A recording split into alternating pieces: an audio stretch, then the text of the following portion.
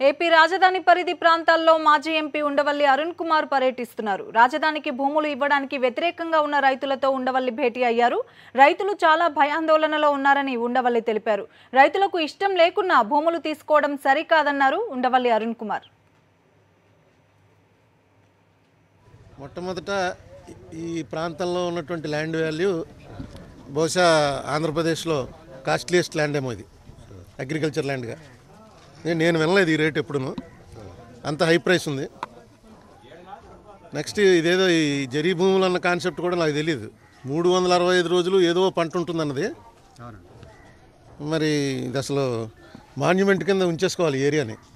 ఇలాంటి ఏరియా ఉంది అని 30 అడుగుల్లో నీరు రావటం, 365 డేస్ ఒకే క్వాలిటీ నీరు రావటం, ఇప్పుడే నాకు తెలిసే ఇవన్నీ. చూడండి సార్, అదే ఇప్పుడు పెద్దవాళ్ళంతా వచ్చి ఇక్కడ చెప్పారు కాబట్టి తెలిసింది. సో ఇది ఎలాగా మీరు ల్యాండ్ పూలింగ్ అంటే ఒప్పించి తీసుకోవాలి, నొప్పించి కాదు. ఇక్కడ ఉన్నటువంటి వాళ్ళది ఏంటంటే ఒక విధమైన భయభ్రాంతులకు లోనయ్యే పరిస్థితి వచ్చింది. అది గవర్నమెంట్ వెంటనే ముందు దాన్ని పోగొట్టవలసిన బాధ్యత గవర్నమెంట్ మీద ఉంది. ఒకటి మీరు ఒప్పించి తీసుకోండి, ఎందుకంటే ఇది ఇక్కడ ఉన్నటువంటి రైతులకి ప్రభుత్వానికి సంబంధించినటువంటి విషయం. మీరు మాట్లాడి ఎందుకు ఈ భూమి మీకు అంత అత్యంత అవసరమో వీళ్ళని ఒప్పించాలి. వీళ్ళు ఎందుకు ఈ భూమి అవసరం లేదో చెప్తున్నారు. ఎందుకంటే ఇక్కడేమి పెద్ద కట్టడాలు కట్టడానికి ఉండదు, నదీ తీరంలో కాబట్టి లూజ్ సాయిలు పెద్ద పెద్ద కట్టడాలు కట్టడానికి ఉండదు. సో మరి అసలు ఏంటి కాన్సెప్ట్, ఎందుకు వచ్చింది, ఇంత వ్యతిరేకత ఎందుకు వచ్చింది? ఆ వ్యతిరేకత వచ్చినటువంటి ప్రాంతం చూస్తే మొత్తం అంతా కలిపి 1/4 కూడా లేదు. టోటల్ క్యాపిటల్ ఏరియా ఏదైతే వాళ్ళు డిక్లేర్ చేశారో అందులో 1/4 కూడా లేదు. మరి 1/4 ఉన్నటువంటి వాళ్ళని విస్మరించి కూడా వీళ్ళు క్యాపిటల్ కట్టచ్చు.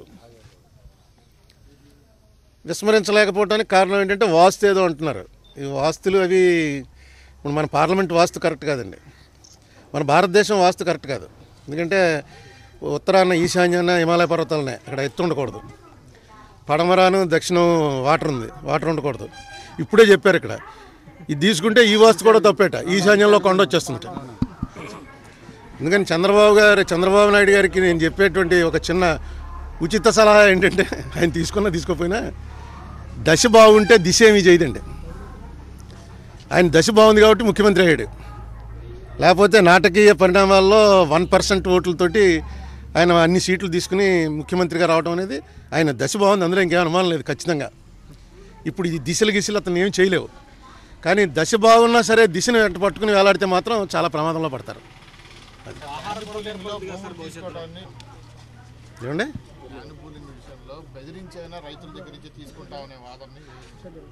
తీసుకుంటామన్న వాదన అంటే తీసుకుంటారేమో అని వీళ్ళ భయం తప్ప బెదిరించి ఎలా తీసుకోగలరు? తీసుకోలేరండి.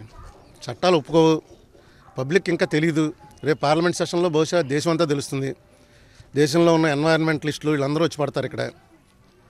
అందుకని ఏది కూడా ఈ దేశంలో ఎవరినైనా ఒకరినో ఇద్దరినో మాయ చేసి మోసం చేసి చేయగలరు. కానీ ఇలా గ్రామాలు ప్రజలు ప్రొటెస్ట్ చేస్తుంటే బలవంతంగా లాక్కోవడం అనేది అది డిఫెన్స్కో, రైల్వేకో, హైవేస్కో, ఏదో వేకర్ సెక్షన్స్ హౌసింగ్కో ఇలాంటి వాటికి తీసుకోవడానికి ఉంది. కానీ మా క్యాపిటల్ గ్రీన్ బెల్ట్ కావాలి అని తీసుకుంటామంటే అది దేశంలో ఎవరు ఒప్పుకోరు.